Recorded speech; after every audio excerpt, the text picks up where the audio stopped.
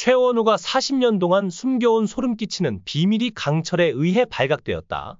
한 달이 괴물이 복수를 포기하지 않은 이유? 한편 궁궐에서는 대비가 풍산의 보고를 받으며 얼굴을 굳히고 있었다.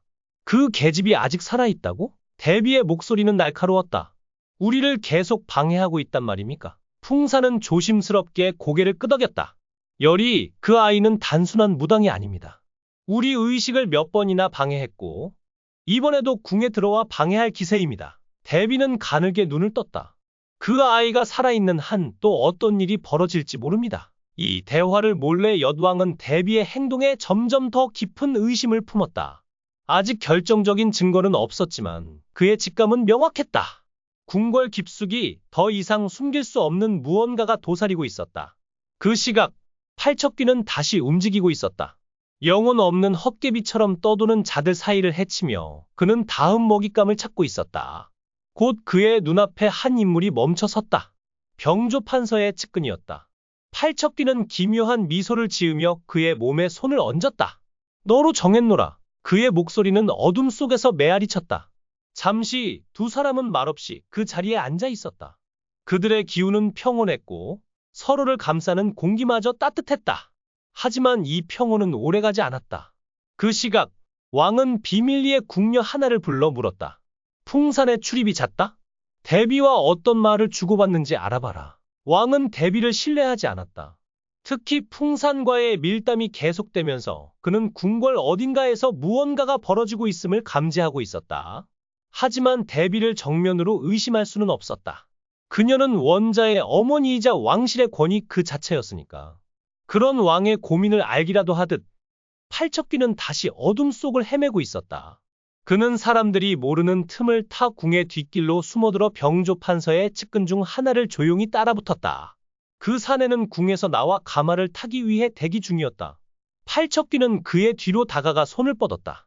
사내가 무언가를 느끼고 돌아보았지만 이미 늦었다. 그의 눈동자는 허공을 보며 흐릿해졌고 입술은 말없이 떨렸다.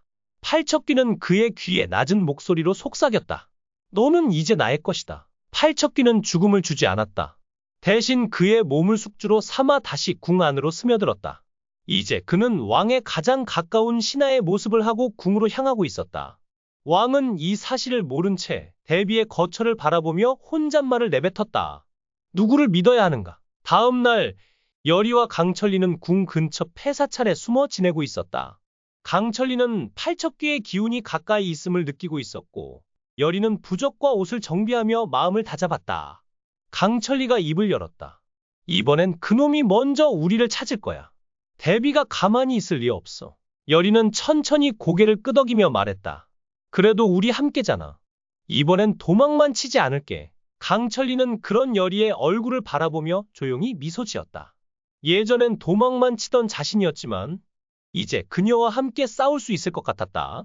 비록 그 끝에 어떤 결말이 기다리고 있더라도 저 멀리 팔척귀가 숨어있는 병조판서의 측근은 이미 대비에게 다가가 속삭이고 있었다. 준비됐습니다. 이번엔 정말로 피를 볼 각오였다. 사흘 밤낮을 폐사찰에 머문 열이와 강철리는 잠시의 평안을 맛보았다. 하지만 그 고요함은 오히려 불안함을 자아냈다. 강철리는 새벽마다 주변의 기운을 살폈고 열이는 손에서 부적을 놓지 않았다. 밤이 깊어갈수록 궁궐을 뒤흔드는 진실의 조각들이 서서히 모습을 드러내고 있었다. 그리고 그 중심에 열이와 강철리의 운명이 얽혀 있었다. 두 사람은 말없이 서로를 지켜보며 낯선 동행 속에서 조금씩 익숙함을 쌓아갔다. 어느 날 밤 부슬비가 내리는 폐사찰의 처마 아래 열이는 조용히 강철리에게 물었다. 우리는 언제까지 이렇게 숨어야 할까? 강철리는 잠시 침묵하더니 나지막이 대답했다. 너를 노리는 자가 사라질 때까지, 아니면 내가 사라질 때까지. 열이는 얼굴을 찌푸리며 되물었다. 왜 자꾸 내가 사라져야 하는 것처럼 말해? 강철리는 열이에게 눈길을 주지 않은 채 조용히 말했다. 나는 원래 이 세상에 머물러 있을 존재가 아니야. 내가 내 몸주신이 되어준다고 해도 결국 나는 하늘로 돌아가야 해. 열이는 강철리를 똑바로 바라보았다. 하지만 넌 이미 이 땅에서 누군가를 위해 목숨을 걸었잖아. 나를 위해 싸웠고 윤갑을 구하려 했어. 그건 열이의 말에 강철리는 말을 잇지 못했다. 처음 열의를 찾았을 때 그는 단지 승천을 위한 몸주신이 필요. 한편 왕은 대비의 수상한 움직임을 감지했다. 그는 몰래 궁녀를 통해 풍산과 대비의 밀담을 엿들었고 그들 사이에 무당열이라는 이름이 오간 것을 확인했다. 왕은 즉시 조용히 지시를 내렸다. 풍산과 그의 하인을 감시하라. 그리고 대비의 처소에는 매일 같은 시각에 궁녀를 보내 동정을 살펴라. 겉으로는 평온을 유지했지만 왕의 내면은 격렬히 흔들리고 있었다. 원자의 병세가 날로 악화되고 대비는 계속해서 외부의 임무를 궁 안으로 들이고 있었다. 무속을 배척했던 왕실의 원칙은 무너져가고 있었고 왕은 더 이상 눈을 감고 있을 수 없었다.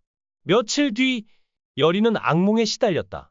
윤갑이 피를 흘리며 팔척귀에게 끌려가는 꿈이었다. 꿈속에서 윤갑은 열이에게 마지막 인사를 남기지 못한 채 어둠 속으로 삼켜졌다. 열이는 벌떡 일어나 숨을 몰아쉬었다. 강철리는 그런 그녀를 끌어안고 등을 토닥였다. 괜찮아. 그자는 반드시 구할 수 있어. 열이는 숨을 고르며 물었다. 그 사람의 혼이 아직 사라지지 않은 게 나 때문일까? 강철리는 고개를 끄덕였다. 내가 그를 잊지 않았기 때문이야. 그건 곧 구할 수 있다는 뜻이기도 해. 열이는 조용히 눈을 감았다. 그럼 나는 끝까지 그를 기억할 거야. 잊지 않을 거야. 그가 살아있을 때 나를 어떻게 아껴줬는지, 내가 얼마나 그를 의지했는지를.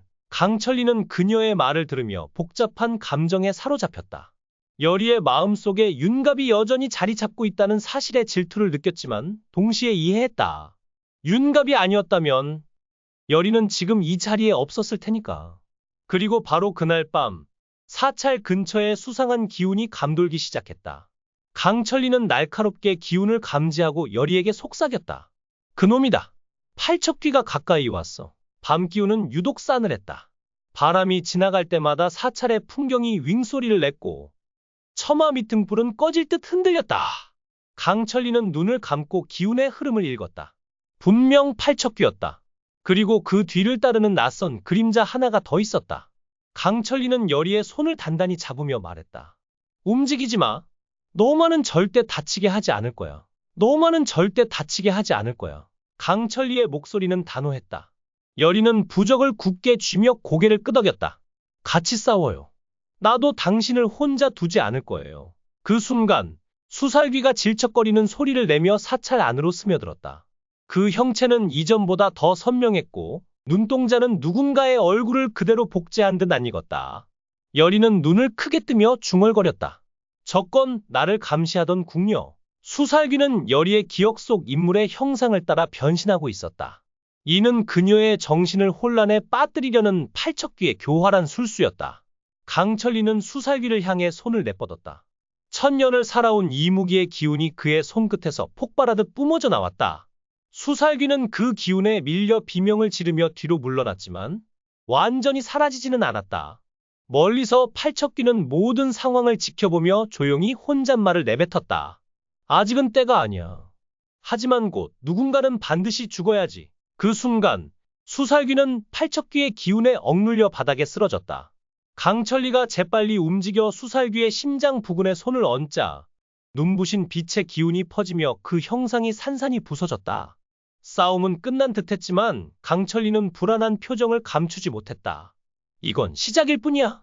열이는 가쁜 숨을 몰아쉬며 강철리 곁으로 다가섰다. 우리가 그를 막을 수 있을까? 강철리는 대답하지 못했다. 그는 처음으로 진정한 두려움을 느끼고 있었다.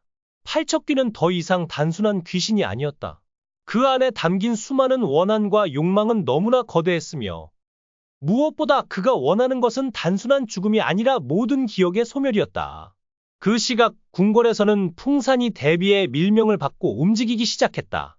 그는 비밀 통로를 통해 사찰로 향하며 속으로 중얼거렸다.